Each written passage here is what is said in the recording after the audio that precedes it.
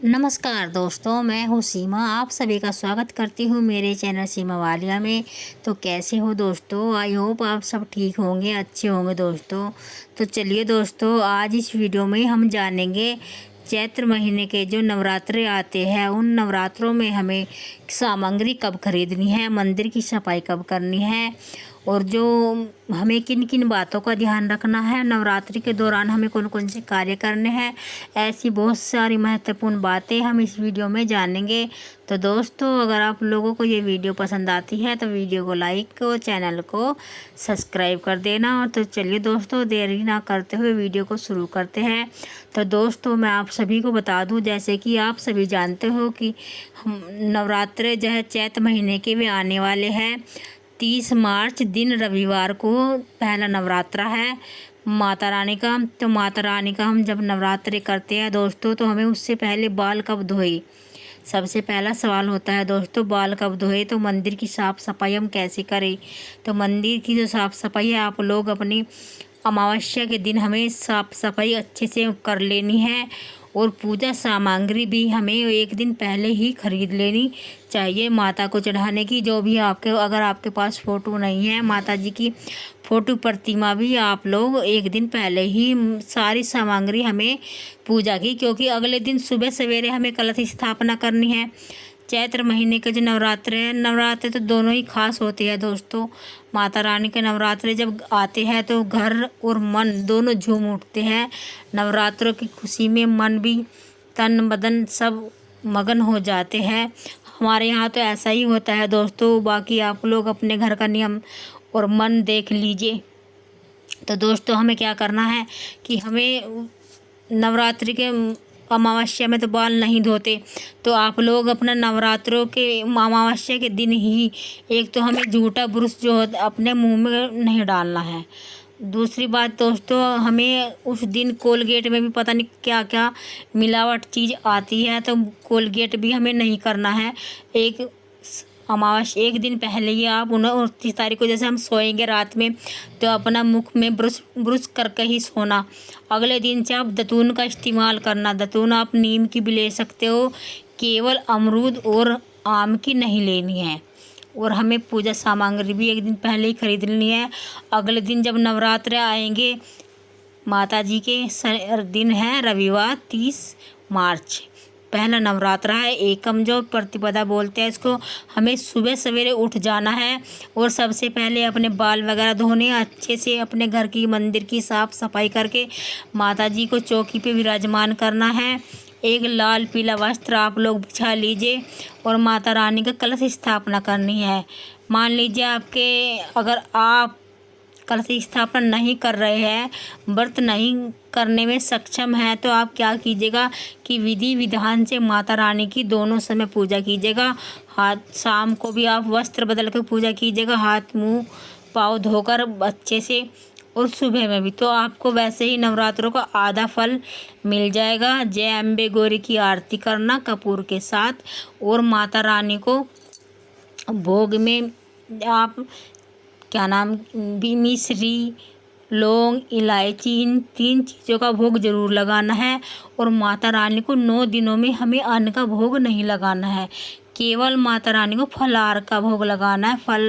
फल में आप कुछ भी ले सकते हो, मौसमी कुछ भी, जो भी आपकी इच्छा है, आपकी सामर्थ्य है, आपकी क्षमता है, उसी के अनुसार आप लोग माता रानी को भोग लगा सकते हो। और नहीं कुछ बनना है तो दोस्तों, दूध का चाय का दोनों समय माता जी को भोग लगाइएगा। उसके बाद माता को 16 श्रृंगार में आपसे जो भी कुछ बनता है माता रानी को श्रृंगार चढ़ाना है। माता रानी को फूल माला खरीदनी है पूजा सामग्री में। ये 2 चीज़ें ज़रूर माता रानी को अर्पित करें, फूल माला और दोस्तों माता रानी को श्रृंगार। उसमें से जब हम तो दूसरी वीडियो डालूंगी उस श्रृंगार का क्या करना है, मैं आपको उसमें बताऊंगी। तो उसके बाद दोस्तों, हमें क्या करना है कि हमें अच्छे से, अगर आप लोग 9 दिन में 9 कलर पहनना चाहते हो तो आप वो भी पहन सकते हो। अगर आपके पास 9 कलर नहीं है तो केवल लाल और पीला वस्त्र पहनकर भी हम दोनों समय पूजा कर सकते हैं। और लाल पीला भी नहीं है तो हम अपने स्वच्छ मतलब कपड़े हमारे जो है वस्त्र वे स्वच्छ होने चाहिए, साफ़ सुथरे धुले हुए होने चाहिए। हम वैसे भी माता रानी की पूजा कर सकते हैं। और आप लोग जो चैत्र महीने के जो नवरात्र आते हैं दोस्तों, तो अगर आप ये जो है दिन थोड़ा बड़ा होने लगता है तो इसमें जो कठिन पड़ता है व्रत। और आश्विन महीने के जो नवरात्र आते हैं उसमें दिन भी छोटा होता है।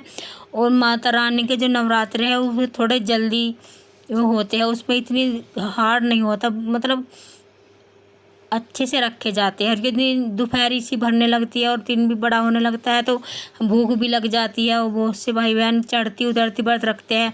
अगर आप चढ़ती बढ़ती मतलब अगले पिछले भी व्रत करते हो तो जब भी आपको यही नियम अपनाना है, माता रानी की जय अम्बे गौरी की आरती करनी है कपूर के साथ, और अच्छे से माता रानी कलश स्थापना करके चौकी पे विराजमान करना है। और अगर आपका शारीरिक क्षमता को देखते हुए दोस्तों हमें व्रत करना है।